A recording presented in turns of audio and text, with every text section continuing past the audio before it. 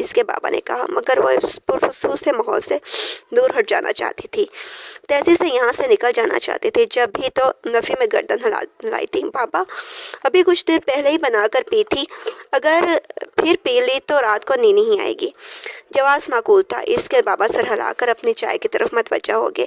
وہ ان دونوں سے نظریں چرائے تیزی سے باہر نکلنے لگی، مگر جانے کیوں اسے اپنے قدموں سے کسی کی بےتاب نظریں لپٹتی ہوئی محسوس ہوئیں۔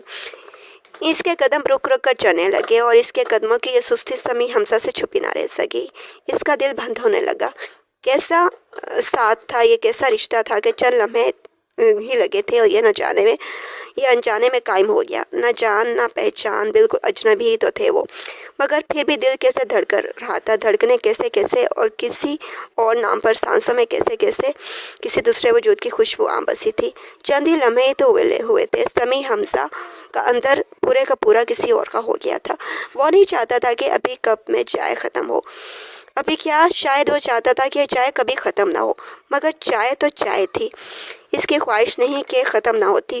بہت ٹھہر کر گھونٹ کر پیتے ہوئے بھی چائے ختم ہو گئی اور اب وہاں سے اس کا بیٹھے رہنا غیر ضروری سا ہو گیا تھا۔ نہ چاہتے ہوئے بھی اسے اٹھنا پڑا، مگر تب بھی سعید جمال کے ہاتھ سے چائے کا کپ اچانک چھوٹ گیا اور ان کی باقا ماندی چائے ان کے کرتے پہ گر گئی۔ تب تک وہ اٹھ چکا تھا۔ اوہ، وہ دونوں کے منہ سے بیک وقت نکلا، ابھی پہنا تھا اور پھر سے گندا ہو گیا۔ وہ اٹھ کر کرتا جھاڑنے لگے۔ تم ٹھہرو، میں یہ کرتا بدل آؤں۔ وہ شرمندہ کرتا جھاڑتے باہر نکل گئے۔ تبھی برتن اٹھانے اور معروف اندر آئی اور سیاہ اندھیرے کو چیرتی ہوئی روشنی جیسے اسے کھڑا دیکھا تو چونک پڑی۔ آپ جا رہے ہیں؟ سہمے سے لہجے اس کی دھڑکنیں بے قابو کی۔ ہاں جانا تو ہے، وہ افسردہ سا مسکرایا، مگر ابھی آیا بھی تو بارش میں تھا۔ وہ سر ہلانے لگی، 2 قدم آگے بڑھا، وہ برتن سمیٹنے لگی، تیسرے قدم پہ وہ رکا۔ وہ دوسرے سمت ہو کر کپ اٹھانے لگی، بعد نخواستہ اس کرسی پر سے اپنی چادر اٹھا کر تیسرا قدم بھی اٹھانا پڑا۔ کپ اٹھاتے ہاتھ لرز گئے، کپ سے کپ ٹکرایا تو مڑ کر اسے دیکھنے لگا۔ وہ نچلا ہونٹ دانتوں سے چباتی پلکیں جھکائے کپوں کو گھور رہی تھی۔ اس نے ایک اور قدم اٹھا لیا، اس کے دانتوں کے نیچے دبے ہونٹ سے خون رسنے لگا۔ سمیع حمزہ نے تیزی سے اگلا قدم اٹھایا، پھر اگلا اور پھر۔ رکیے، نس محو سماعت پھر جھٹکے سے رکا۔ وہ اس کی طرف دیکھ رہی تھی، ہاتھ میں اس کا والٹ تھا اور ہاتھ اس کی طرف بڑھا ہوا تھا۔ آپ کا والٹ، اس نے آہستگی سے کہا۔ اس کی ایک ساتھ کئی دھڑکنیں مس ہوئی تھیں۔ یہی رہنے دیں، وہ دوبارہ آنے کا جواز رہے گا۔ رک کر اس نے کہا تھا۔ اس کی طرف بڑھا ہاتھ والٹ ایک دم سے پیچھے کھنچ گیا، گویا ادھر بھی یہی خواہش تھی۔ سمیع حمزہ کے لبوں پہ مسکراہٹ آ گئی۔ عائشہ کے لبوں پر بھی ویسی ہی انوکھی سی مسکان سجی تھی۔ اب کی بار بہت مطمئن ہو کر اس نے اگلا قدم اٹھایا تھا اور پھر قدم اٹھاتا چلا گیا، کیونکہ اب اسے سنجیدگی سے آنے والی زندگی کے بارے میں سوچنا تھا۔ وہ بارش میں بھیگتے ہوئے خود کو بہت ہلکا پھلکا محسوس کر رہا تھا، اور ادھر سعید جمال کی بیٹھک میں جب وہ کرتا بدل کر اندر آئے تھے، اسے وہاں نہ پایا تو حیرت سے عائشہ سے پوچھنے لگی، وہ چلا گیا؟ جی، بہت نیک اور سعادت مند تھا، بہت اچھا بچہ۔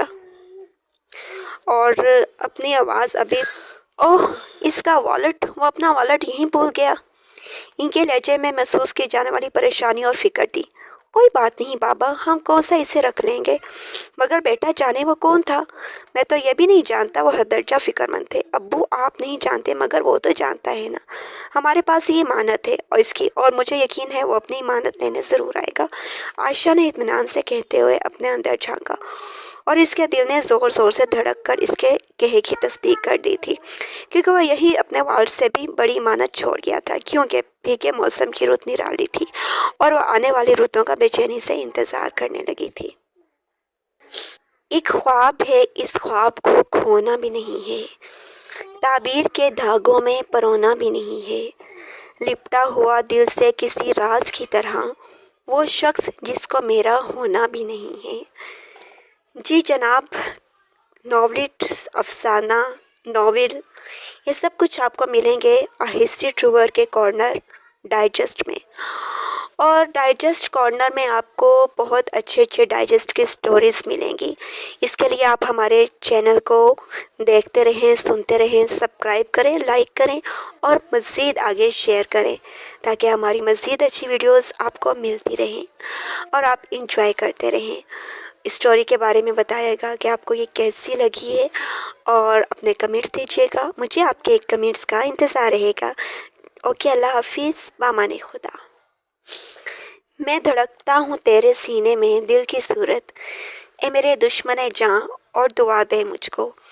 اف شب غم کا وہ ٹھہرا ہوا لمحہ محسن، جب مرے وہم کی آہٹ بھی جگا دے مجھ کو. جی.